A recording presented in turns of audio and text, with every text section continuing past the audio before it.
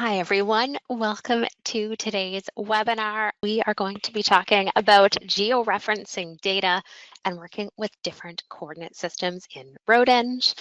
For those of you here in the live webinar, welcome. You're welcome to ask questions at any time. Please leverage that GoToWebinar panel. You can type them into Q&A, and all of our question askers will be anonymous. For those of you watching this on YouTube in the future, please type your questions in the comment section below. We're happy to answer them as well.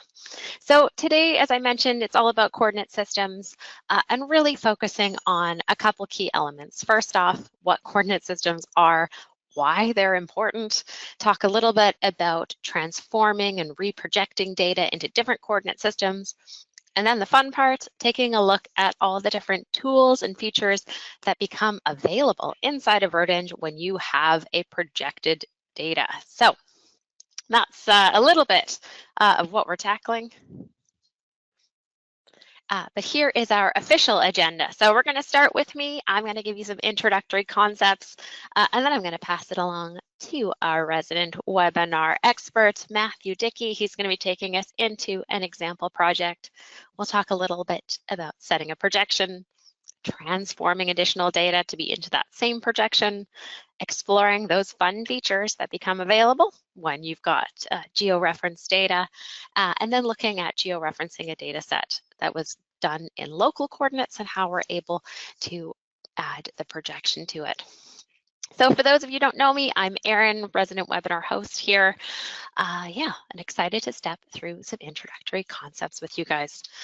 So first off, what is georeferencing? And really this is the idea that you are linking your survey data's internal coordinate system to real world geographic coordinates.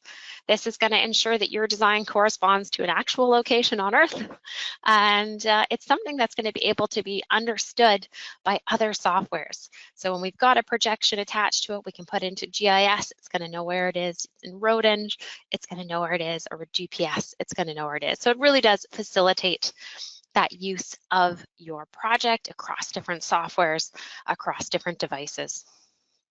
So why georeferencing matters, as I just mentioned, that ability to send and receive data between different devices, whether that's GPS for, say construction staking, putting it into your GIS system, or even just adding additional data, such as web-based DEM data, imagery, maybe other survey data. It allows you to combine things. So georeferencing is really important. It's not a topic we talk about too often in our webinars. We often will bring in some data and in that import dialog, we're like, oh, and here's the projection. We set it and we move on. And we don't really stop to talk about why that projection matters so much. So one big sort of piece of introductory content on this not very well formatted slide is really just understanding the different types of coordinate systems. So a lot of our clients end up getting data that is in a geographic coordinate system, for example, lat-long data. This data, and in this format, it's based on a curved Earth. And its biggest limitations when you're working with lat-long data is that it's really hard from an engineering perspective. It's not ideal for measuring distances, areas, volumes. Whereas our recommendation, of course, is to take that lat-long data, transform it into a Cartesian or projected coordinate system, for example, UTM, maybe New Zealand map grid. There's tons of them. And these Cartesian coordinate systems are based on a flat plane. So they're projecting the Earth's surface onto a 2D grid using an X and a Y axis. And the biggest advantage from an engineering software perspective, when you're working with Cartesian coordinate systems, it allows us to easily measure distances, areas, angles, volumes, all of those elements that we, from an engineering perspective, are looking for are much, much easier achieved with Cartesian coordinate systems. So today, a lot of our focus will be talking about those systems, how you can reproject to them, how you can work with them, yeah, and of course, the fun stuff. So a whole bunch of different features inside of RoadEng become possible when you do have georeferenced projects. So You can work with a GPS device directly with RoadEng. You can plug it in, be directly connected, see where you are in your design out in the field. I'm not sure how that one's going to work. Matt's probably somewhere in his house, but you can do that with RoadEng. You can import live maps imageries. This is a web-based hosted background ortho imagery. You can connect to that, you can bring it in. You can do the same for some DEM data through live maps.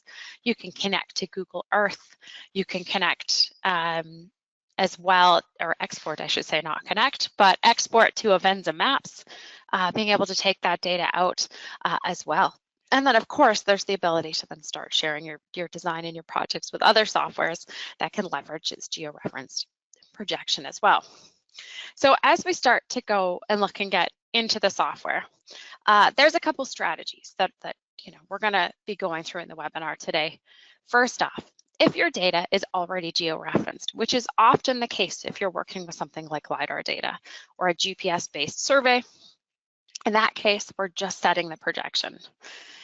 If you have data that is not georeferenced, for example, maybe you've captured some traverse data, maybe you've got some total station data, there's a couple different strategies for helping in that case. Perhaps it's setting one or more GPS control points. So if you've got a traverse, maybe it's shifting that data to a known coordinate or a location and possibly even having to rotate it. So we're going to go through some of those strategies in the webinar today. And with that, enough of my boring introduction. Matt, do you have a screen ready to share? Sure, and let's share that screen. I feel like this is a fun time too to let everyone know. Welcome to the dry one of our webinar, as well as the live presentation version of our webinar. All right. Yeah, so I'm sharing my screen here. I have a train file already open, and I'm going to just use this kind of boring train file to kind of introduce some concepts. So I've actually got 6 points in this file. I'm way zoomed out here. I'm going to spend a little bit, and I'm going to zoom way in on this particular set of 2 points. And we can see I've got an ortho in the background. And I can see that, well, that point is on the edge of this road. That point is, well, in that yard. And when we click those points, we can see our coordinates. So here I've got, it's not really an easting. I'm mixing units here, but my X coordinate is -64 and my Y coordinate is 45.9.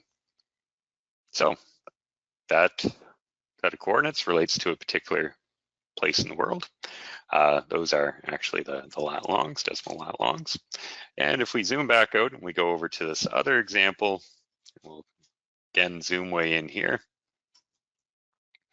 I can see, well, I've got 2 points. They are on an existing road, start of a driveway, and edge of the yard.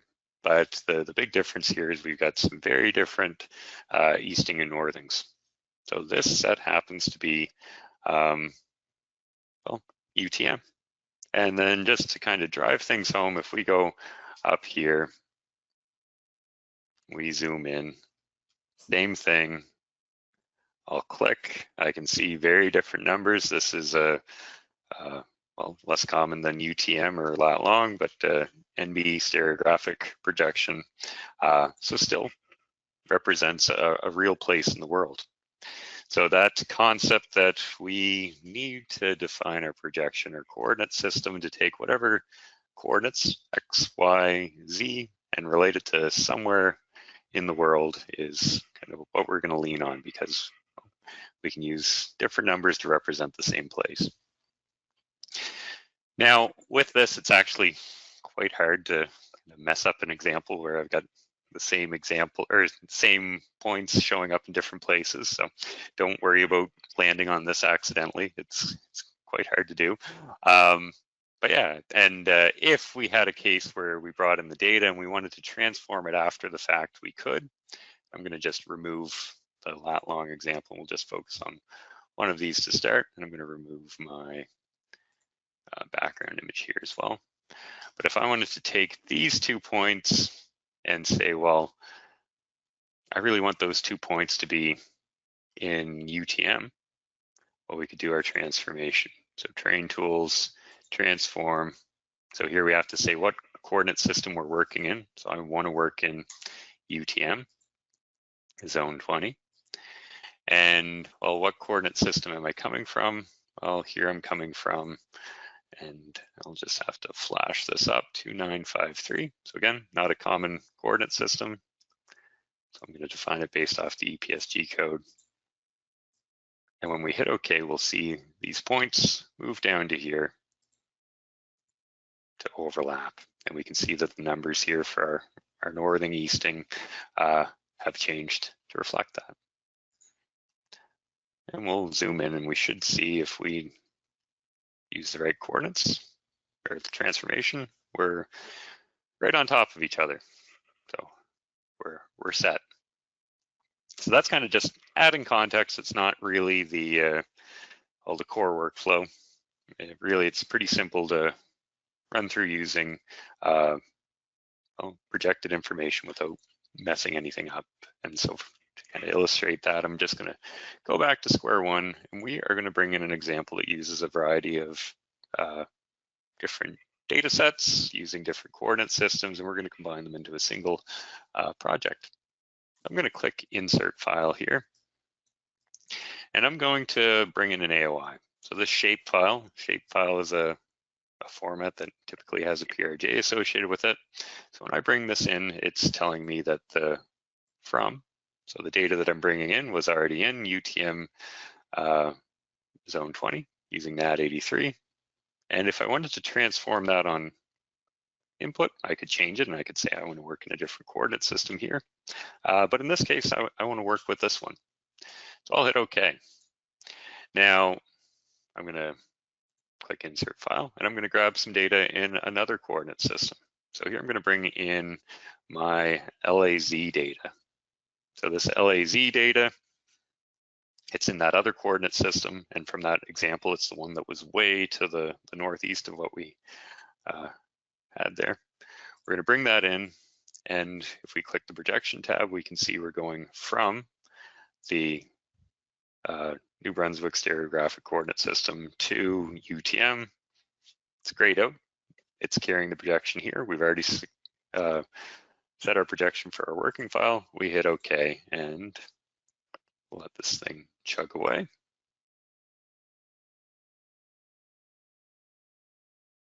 And just a note, when we bring in, well, either LAS data or DEM data, they're typically really large files. And if you do a transformation on input, there's a little bit more thinking the computer has to do, so it takes a little longer and not an enormous amount of time, but that would have gone much quicker if we were working in the same coordinate that we had set.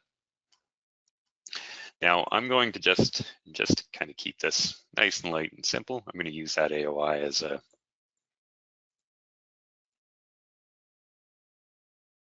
feature.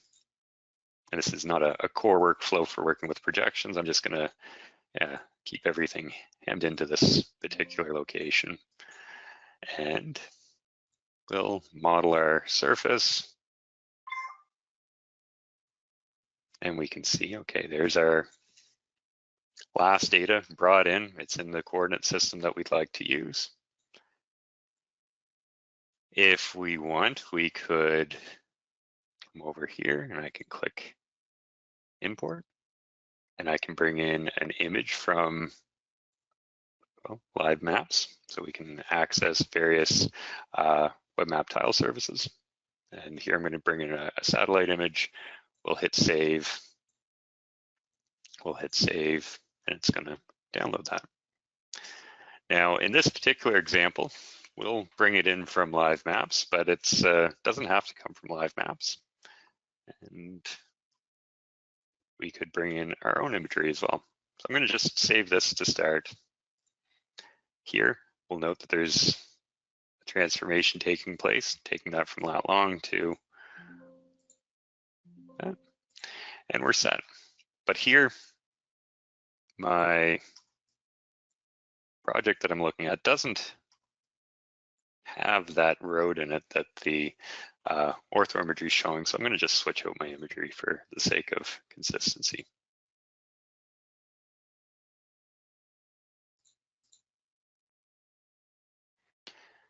And we'll bring that in.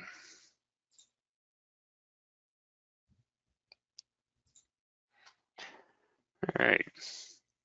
So we've got, well, a shapefile brought in that was projected.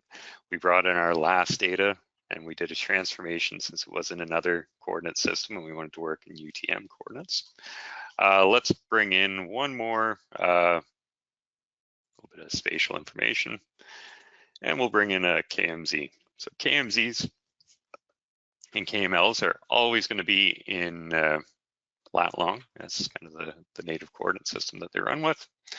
But again, don't have to worry about it. It's doing that transformation for us since we set our coordinate system when we set things up. And let's make those little dots visible. And so these KMLs or KMZs, if we want to show more information with them, we can. And yeah, so if you're combining data from a GPS and you want to have it visible in your train file or your design as you design, well, we can, one, illustrate the points, and then two, we can show the information associated with them. So here I want to show the name of each of those points as a label, and we're set. So I've got my start of lane and my end of lane. And we'll hit File, Save As. I'm just going to save this as topo. And we are going to do a quick little design, and we'll do that design so we can show how we can export our georeferenced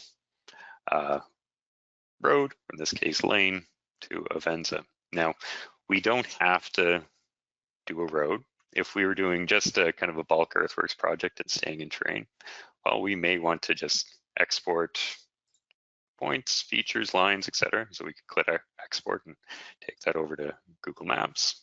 We could also hit File, Save As, and we could well, export in a variety of formats here, including Avenza right there. And we could also connect to a GPS if I wasn't sitting at my desk here in the comfort of my home. But instead, if I had something like a Mesa or kind of a Windows-enabled device and I was running RoadEng on it in the field, I could hit connect and I could see where I'm at on my project. So those functions, exporting to various formats, exporting to Avenza, and GPS connectivity carries over into location. And let's have a quick peek at what that looks like in location.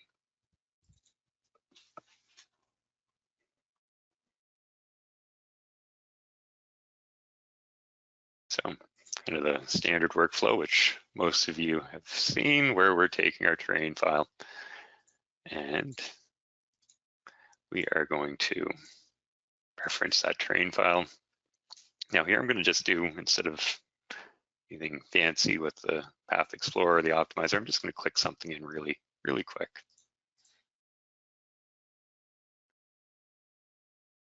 Oh, in location, I'll zoom in here in my plan view. I can see I've got the line work associated with my terrain file. I've got my 3D surface, and I've got my location file itself. Since my terrain file was projected, that projection is being assigned here. And if we want to throw that ortho in, we can totally throw that ortho in, and we'll come in here and we'll add that in just like that to a background. So we're going to take this point, we're going to go from here. I'm going to be pretty coarse with this. We've got that. We can see profile. I'm not going to spend too much time getting this right. or even good. I'll throw in a couple curves.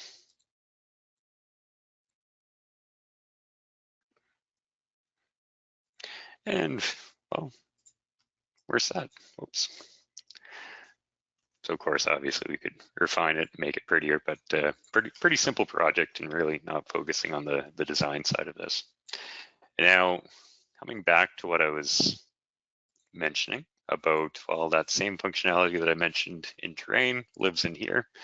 I'm just going to save this as a location file, but we can come over here, we can click export, and we could export this to, well, Google Earth by clicking the export button. And we can see it's popping that open.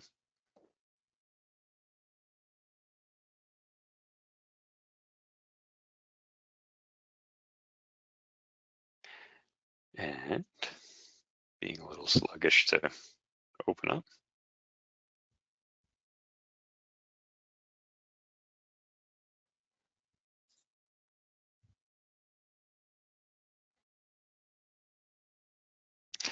And there we are. So we can see we've exported our line work from the design by clicking the export button in the top. Now we could also throw together a quick design. And I'm just going to bring in a plan over profile for this one. So we've got that. We could hit file, actually, and I'm going to just remove my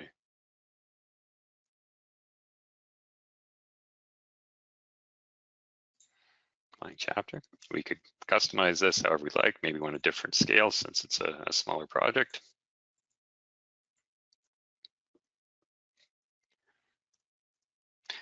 We could get that plan over profile and we could say, well, let's file, save as, and we're going to just export this as an Avenza file. We could hit save. We can select whether we're exporting just the plan view kind of in the model side of things, or we can export the multi-plot, which gives us the full document. And we can hit OK, and then this document's going to be georeferenced. So if we opened it in the VenZ map, we could see exactly where we're at. With a little cursor following us around, we can drop points, collect those KMLs that we brought in previously. So we can use it as a nice tool to do our field verification, or it could be something that we use during construction to document the construction process. So we've got the, well, export to Avenza. We can save as, export to a bunch of other formats, and some of these formats are going to typically be georeferenced, like KMZ, but also shapefiles. And then if we were using this in the field and I wasn't just sitting at my desk, we could come up here and I'll just go back to this space here and we'll hit connect. So with this, I'm clicking the GPS tab. I'll hit connect, and it's worth noting I don't have an external GPS or even an internal GPS for my laptop. So I'm just using Windows location services. We'll hit OK, and that is showing me a little dot where we expect to be. And it's going to jump around quite a bit right now. And then, well, in this case, it looks like, yeah, it's going to take a little bit to kind of narrow in on where it thinks it is, but the results would be much better if, one, I had an actual GPS, and two, if I was outside. But yeah, if you've got a tablet, or even if you're kind of running a laptop in the work truck, you can use this and see where you're at. Now, I guess so far, and up until this point, I covered working with data that is already georeferenced. What if we have something that hasn't been georeferenced? So what if we're using something that's, say, surveyed off of a 10,000 origin or 5,000 origin, and we want to bring it into a real location? And this particular example, let's just go over here, I think is a nice one to illustrate one case where you might want to do this. So I've got my LiDAR surface, but this LiDAR surface is actually, it's I think 7 years old now. And as we could see here, we actually have a driveway in there. And if we wanted to use the LiDAR surface for some of our topo, but if we wanted to merge in something like a total station survey that wasn't already georeferenced with the GPS, well, we could do that. And we could take the survey that has, well, that 5,000 coordinate system and move it into position. So for that, I'm going to just minimize this. We're going to pop open terrain.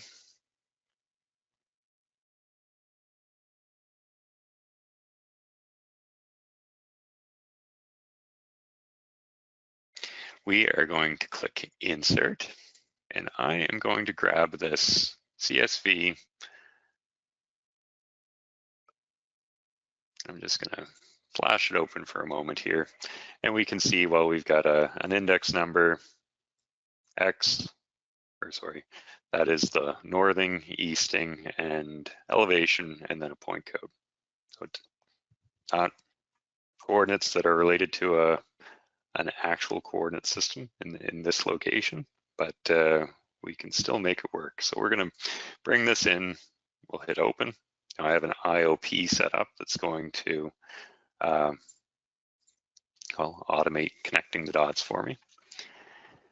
And I know I want to work in UTM zone 20. So from to, it's not going to do any transformation since it's coming from an undefined projection, but we can move it into position ourselves. We'll zoom in here. We can see, okay, we've got some benchmarks. We've got some line work, existing roads, etc.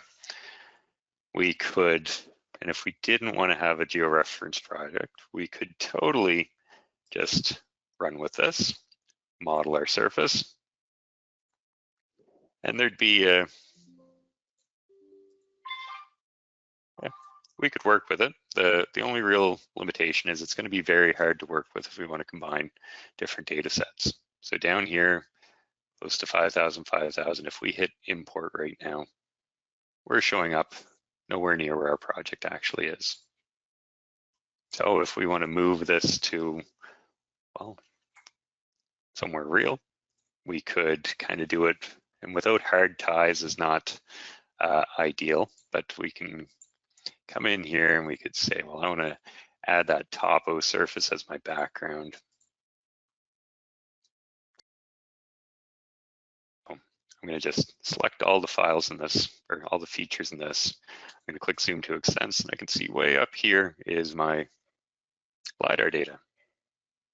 So I'm going to move this.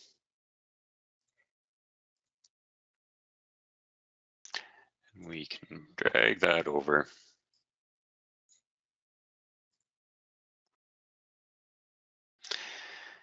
And we could position this, and we could kind of go through and muck around. We'd probably, or at least I probably, would be well, let's do a quick recalc.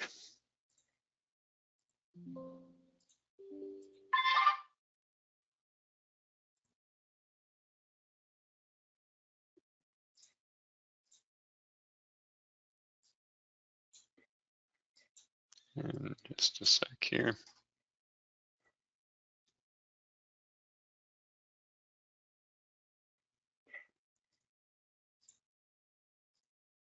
So we could kind of position that around while we could say, okay, we want to be lower. We could kind of iterate, and we could get this towards the position that we'd like. And we could kind of go through, over and over again, moving it around until things line up. And that's not a really nice way to do it, but if you're in a jam, it's better than nothing. Now, ideally, instead of kind of doing that almost light table exercise where we're trying to line up two different surfaces, well, we'd have hard points. So I'm going to bring in my conventional survey. And here, it just so happens that those benchmarks that we surveyed with the total station and worked in local coordinates with, they were actually surveyed with an RTK. So we've got these nice hard ties. Just to kind of glance at them. So a few points, but we can see that the numbers in our coordinates are actually numbers that make sense. So I'm going to bring that in now.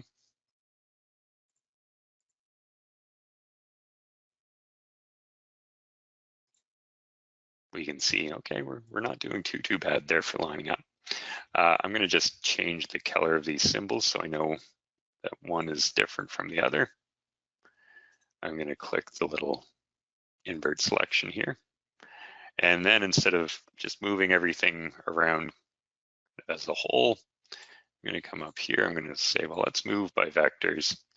And I happen to know that this point is the same as this point.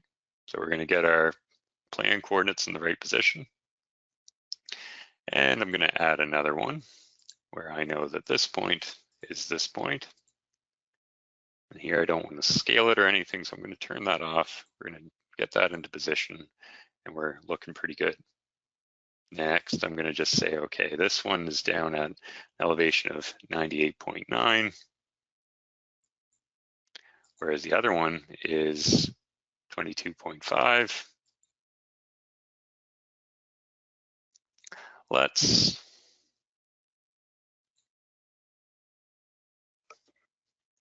shift that down so our elevation is where it should be, so 22.5. So we've moved all this into position. Let me get rid of the duplicate. We can see, okay, our line work is down handy to where it should be. I'm going to get rid of those extra points that I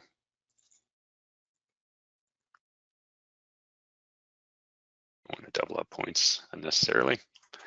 We'll click generate, we'll click that. We can see, okay, looking reasonable. We'll show that other surface so it's a little easier to verify that it does in fact look reasonable. Okay, we've got the existing road, which is nice to see that it's lining up, and then we've got this other surface in there. So we'll hit File, Save As. We'll call this Built Road. And, well, if we really wanted to, we could merge that back into this.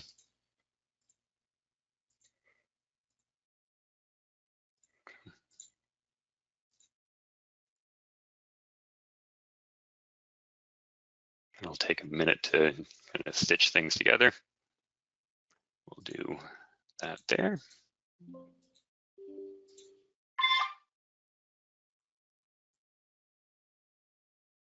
And there we are. We've got that built road updated and merged into our LiDAR. So with that, hopefully that kind of gives folks some context of how to work with this stuff. The last thing that I will cover is just kind of a little bit of an afterthought, not to leave anyone kind of unsupported here.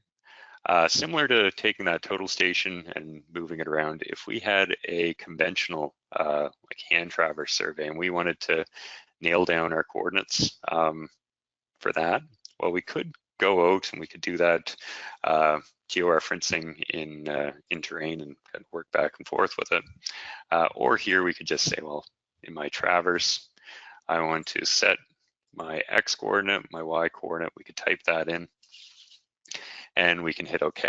And if we tied that down in one place, it would just shift the whole traverse to where you'd like. But if you had two tie points, you could tie maybe the start and the end. You could assign that, and then it's actually going to do the compass rule to correct your survey and kind of distribute any error evenly throughout the project. So yeah, with that, hopefully that gets people going and pointed in the right direction for working with projected coordinates in well, either terrain or location or the survey module.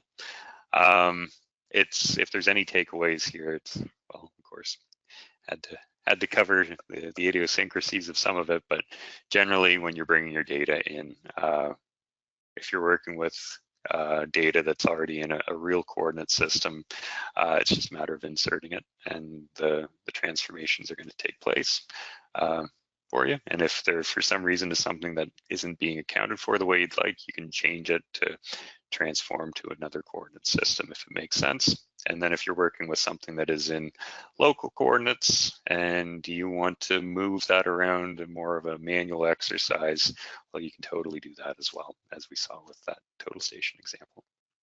Awesome. Thank you, Matt.